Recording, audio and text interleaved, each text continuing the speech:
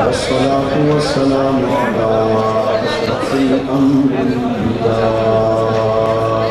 والمرسلين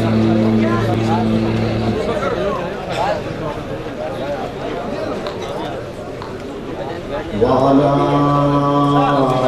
آله الطيبين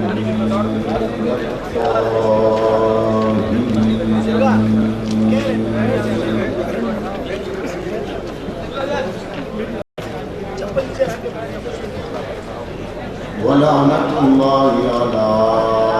أعدائهم من الكافرين الرافضين المرتدين إلى يوم الدين.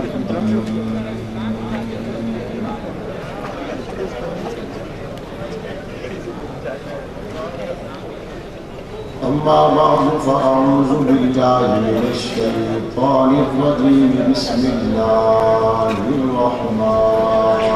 الرحيم.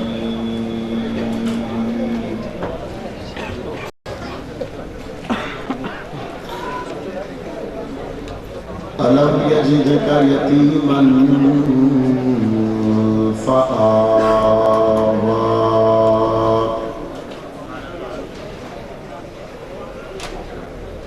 ووجدك ضالا فهدى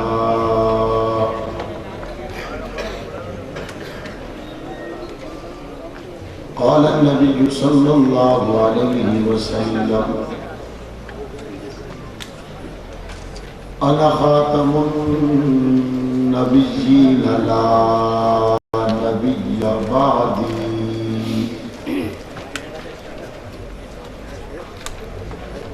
قال النبي صلى الله عليه وسلم الله الله في أصحابي لا تتخذوهم من بعدي غرضا فمن أحبهم فبحبه أحبهم ومن أبغضهم فببغضي أبغضهم. قال النبي صلى الله عليه وسلم أصحابي كالنجوم فبأيهم اقتديتم اهتديتم أو كما قال عليه الصلاة والسلام. صدق الله العظيم وصدق رسوله النبي الكريم ونحن على ذلك لمن الشاهدين والشاكرين والحمد لله رب العالمين.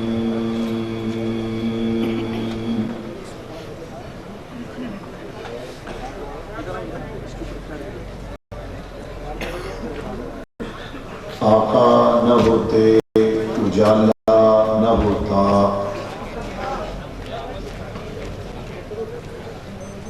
آقا نہ ہوتے اجالا نہ ہوتا، جو دنیا میں انسان کا بول بالا نہ ہوتا.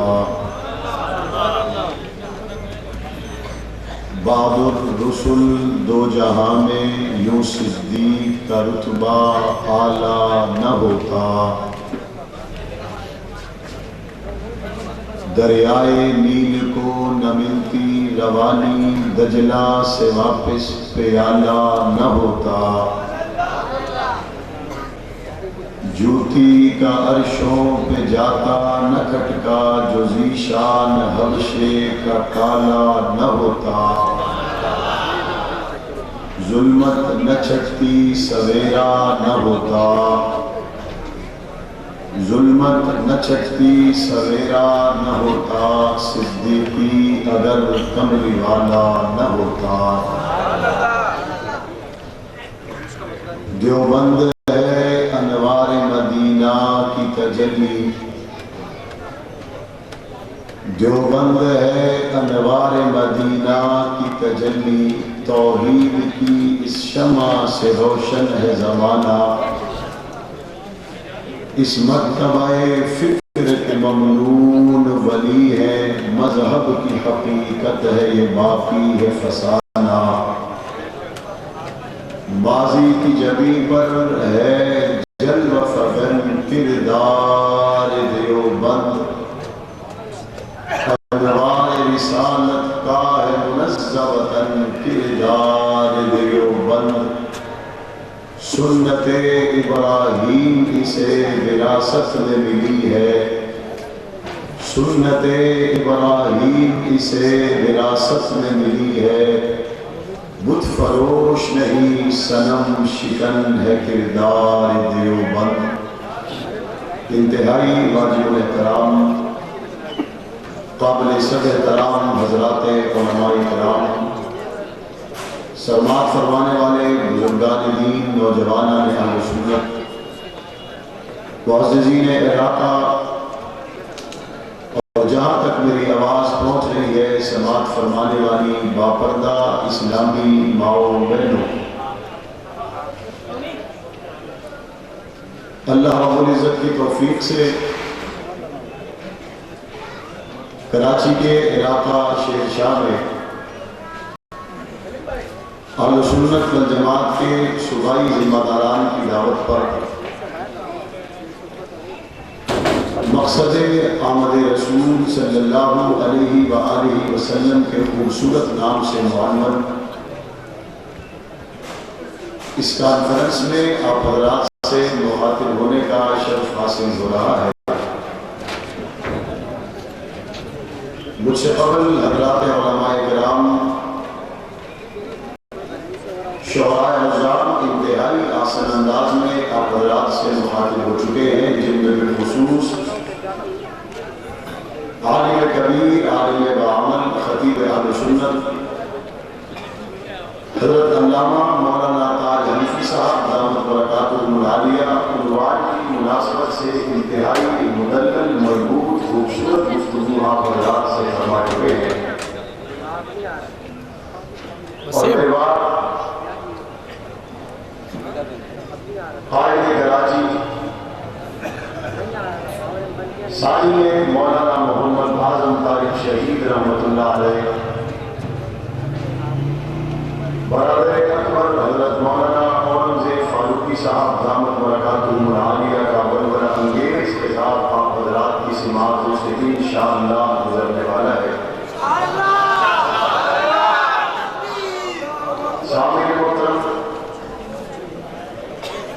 ماہ ربیع الاول حضور علیہ السلام کے ساتھ بڑی گہری نسبت رکھنے والا مقدس مہینہ ہے، اور ماہ ربیع الاول میں حضور علیہ السلام کے ولادت و سعادت کے عنوان کو سامنے رکھ کر ملک میں مختلف محافل، پروگرام، جلسوں کا انعقاد کیا جاتا ہے۔ حضور علیہ السلام سے عقیدت و محبت قدم بھرنے والے بالعموم پورے سال میں اور بالخصوص اس ماہ ربیع الاول میں سرور کونین تاجدار مدینہ محمد مصطفیٰ احمد مصطفیٰ صلی اللہ علیہ وآلہ وسلم کے سیرت و کردار کے پہلوؤں کو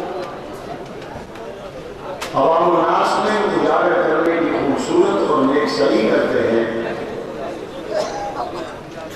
سامعین محترم، میں آج کی اس گفتگو میں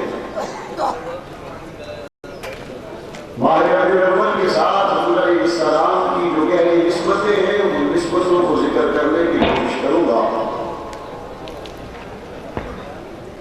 حضور علیہ السلام کے ساتھ ماہ ربیع الاول کی ایک نسبت یہ ہے کہ حضور علیہ السلام ماہ ربیع الاول میں اس دنیا میں تشریف لائے، لیکن میرے نبی صلی اللہ علیہ وآلہ وسلم کا آنا ایسا آنا نہیں تھا کہ جس طرح دنیا کے باقی انسانوں کا آنا ہے کہ انسان آیا، نام رکھا تو تذکرے ہوئے۔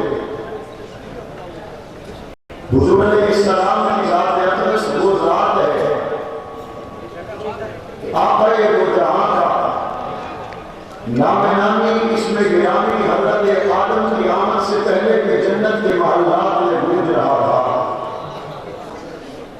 میرے نبی صلی اللہ علیہ وآلہ وسلم کا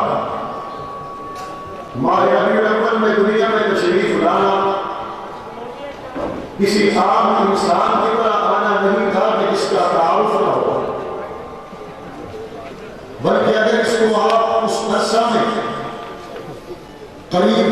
کی 3-4 پشتوں میں دیکھیں گے تو آپ کو نظر آئے گا کہ حضور علیہ السلام کے اس فرمان کی روشنی میں کہ جب پیارے آقا نے فرمایا تھا کہ اللہ کریم نے میرے باپ عبداللہ سے لے کر آدم تک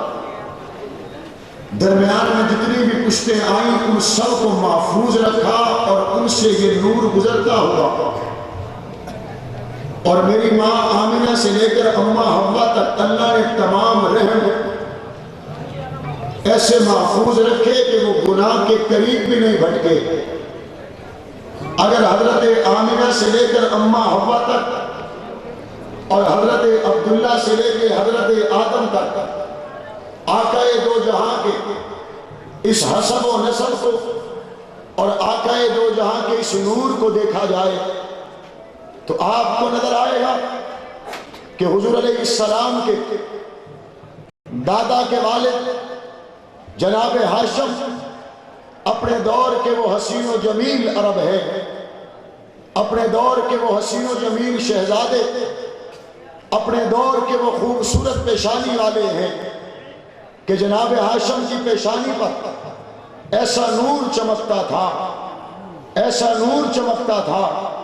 کہ اگر جناب ہاشم کی پیشانی کو سورج کے سامنے کر دیا جاتا تو سورج بھی اپنی آنکھیں بند کرنے پہ مجبور ہو جاتا۔ یہ جناب ہاشم کی پیشانی پہ چمکنے والا نور کوئی اور نور نہیں تھا، یہ اس پیشانی پر چمکنے والا نور در حقیقت وہی نور تھا جو حضرت آدم علیہ السلام سے لے کر حضرت ابراہیم تک اور حضرت ابراہیم سے لے کر حضرت اسماعیل تک اور حضرت اسماعیل علیہ السلام سے لے کر ان تمام تر مقدس شخصیات کے چہروں پر ظاہر ہوتے ہوئے جب یہ نور حضرت عبد المطلب سے حضرت عبداللہ کے چہرے انور پر منتقل ہوا تھا، تورات و انجیل کی عالمہ عورتوں نے حضرت عبداللہ کو مکہ کے بازاروں میں روک کر کہا تھا، عبداللہ ہم تجھ سے شادی کرنے کی خواہش مند ہیں، ہم تیرے نکاح میں آنے کی خواہش مند ہیں، وجہ اور کوئی نہیں، وجہ صرف ایک ہے کہ تیرے رخ انور پہ وہ نور چمکتا ہے کہ جس نور نے یہ واضح بتلا دیا کہ آخری پیغمبر کے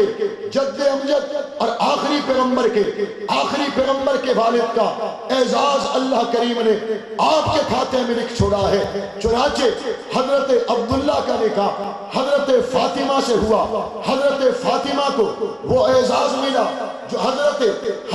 آمنہ سے ہوا، حضرت آمنہ کو وہ اعزاز ملا جو اس وقت کی تورات و انجیل کی عالمہ عورتوں کو نہیں مل سکا تھا۔ اور عجیب بات علماء کرام نے لکھی، جس دن آقا دو جہاں کی ولادت ہوئی 200 کے قریب تورات و انجیل کی عالمہ عورتیں چیخیں مارتی رہی اور اس غم میں اسی دن ان کی موت واقع ہو گئی، وجہ اور کوئی نہیں، ان تورات و انجیل کی عالمہ عورتوں کو صدمہ صرف ایک تھا کہ ہمیں وہ اعزاز کیوں نہیں ملا کہ ہم پیارے نبی کی ماں بن جاتی، ہمیں یہ اعزاز کیوں نہیں ملا کہ محمد عربی ہماری گود میں آ جاتا، وہ اعزاز انہیں نہ مل سکا، وہ اعزاز حضرت آمنہ کو مل گیا۔ میں نے سوال کیا حضرت آمنہ سلام اللہ علیہ صاحب، اماں آپ کے بطن اطہر میں جب یہ نور آ گیا، آپ کے بطن اطہر میں جب آقا دو جہاں کا یہ پوری کائنات کا اللہ کے بعد سب سے بڑا نور آ گیا تو کیفیت کیا تھی؟ حضرت آمنہ فرماتی ہے جب سے یہ بچہ میرے پیٹ میں آیا، میں اگر راستے میں چلتی ہوں اس بچے کی وجہ سے پتھروں نے مجھے سلام کیے ہیں، جب میں راستے میں چلتی ہوں میں بکریاں چرانے کے لیے جاتی ہوں، میں عجیب منظر دیکھتی ہوں، بکریاں چرتی نہیں بلکہ بکریاں ایک جگہ پر بیٹھ کر میرا منہ دیکھتی رہتی ہے۔ ایک موقع پر حضرت آمنہ کہتی ہے مجھے میرے سسر نے کہا بیٹی تو بیوہ ہو چکی چکی ہے، لیکن تیرا خوشبو لگانا میں عبد المطلب کو پسند نہیں ہے۔ حضرت آمینہ نے جواب دیا تھا، ابا جی میں نے خوشبو کو استعمال نہیں کیا، یہ جو آپ کو خوشبو آ رہی ہے یہ در حقیقت آمینہ کے پسینے سے آ رہی ہے۔ آقا آئے تو جناب آمینہ فرماتی ہے میں نے پاؤں کانٹے پہ رکھا تو پھول بن گیا۔ آقا آئے، جناب آمینہ فرماتی ہے میں کنویں پہ پانی بھرنے کے لیے جاؤں، کنویں کا پانی کئی گز نیچے ہے، میں قریب پہنچوں، کنویں کا پانی اوپر آگے منیروں سے باتیں کرتا ہے، اور آقا دو جہاں کی آمد سے پہلے حضرت آمینہ فرماتی ہے جب میں رات کو آرام کرتی ہوں، حضرت حوا سے لے کر حضرت مریم سے لے کر حضرت آسیہ سے لے کر کوئی راہ خالی نہیں گزری کہ آدم سے لے کر اس دور میں گزرنے والی نیک بیویوں نے خواب میں آ کر مجھے مبارکباد پیش کی ہو، اور فرمایا کبھی حوروں نے مبارک دی، کبھی فرشتوں نے مبارک دی، کبھی آمینہ کو آسیہ نے مبارک دی، کبھی جناب آمینہ سلام اللہ علیہا کو جناب مریم نے مبارک دی۔ اے حضرت آمینہ بتائیے جب آئے تو کیا ہوا؟ فرمایا جب آئے میں نے جو اٹھایا تو میرے ہاتھوں سے نکلے اور پیشانی زمین پہ رکھ دی، میں نے اٹھایا پھر میرے ہاتھ سے نکلے اور پیشانی زمین پہ ڈال دی، میں نے پھر اٹھایا پھر میرے ہاتھوں سے نکلے اور پیشانی زمین پہ رکھ دی، میں نے کان لگا کر سنا یہ آنے والا کیا کیا ہے، یہ آنے والا بار بار سجدے میں گر کے رب سے مانگتا کیا ہے، جب اس کے ہلتے ہوئے لبوں سے کان لگایا تھا ایک آواز آئی تھی یا اللہ میری امت کو بخش دینا۔ آقا آئے تو امت کی مغفرت مانگتے ہوئے آئے، آقا آئے امت کے لیے مغفرت اور بخشش کی دعائیں مانگتے ہوئے آئے۔ میں نے کہا اماں بتائیے آقا آئے تو کیا تھا؟ فرمایا آئے تو ناخن کٹے ہوئے تھے، آقا آئے بال بنے ہوئے تھے، آقا آئے خوشبوئیں جاری تھی، آقا آئے مخدور پیدا ہوئے، آقا آئے کوئی بدبو اور غلاظت کا اندیشہ ہی کوئی نہیں بلکہ خوشبوئیں پھیل چکی تھی، آقا آئے پورے مکے میں روشنی پھیل چکی تھی، آقا آئے کیسر و کسرا کے کنگرے ہل چکے تھے، آقا آئے آتش قدروں میں آگ بجھ چکی تھی۔ میں نے کہا اماں بتائیے نا جب آقا آئے آپ کے گھر کی حالت کیا تھی؟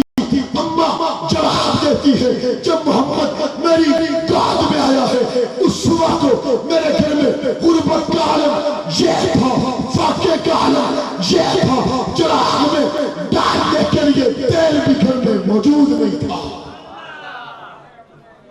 آئے کون ہیں جنہیں کائنات کا دلہا کہا جاتا ہے؟ آئے کون ہیں جو آدم کے نبی، جو شیش عیسیٰ و موسیٰ کے نبی؟ آئے کون ہیں جن کے صدقے سے سلیمان کا تخت بھی ہوا میں اڑا؟ آئے کون ہیں جن کے صدقے کائنات کی رنگینیاں؟ اور آئے تو کیسے آئے؟ جناب آمینہ فرماتی ہے گھر میں چراغ میں ڈالنے کے لیے تیل بھی نہیں تھا۔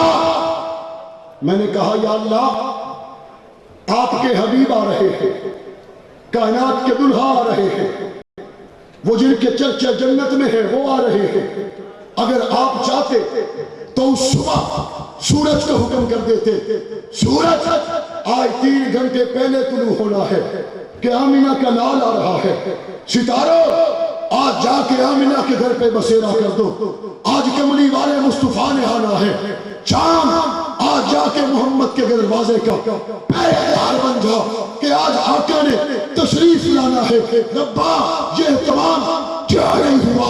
کیوں نہیں ہوا، کیوں نہیں ہوا؟ قرآن جواب دیتا ہے علمیہ جد کا یتیما فہما، اللہ نے غریب پیدا کر کے، اللہ نے یتیم پیدا کر کے قیامت وقت آنے والے غریبوں کو یتیموں کو بتا دیا دل چھوٹا نہیں کرنا یتیم رات کو روکے نہ سوئے غریب دل کو چھوٹا نہ کہے کس کا کوئی نہ ہو اس کا کملی والا محمد ہوا کرتا ہے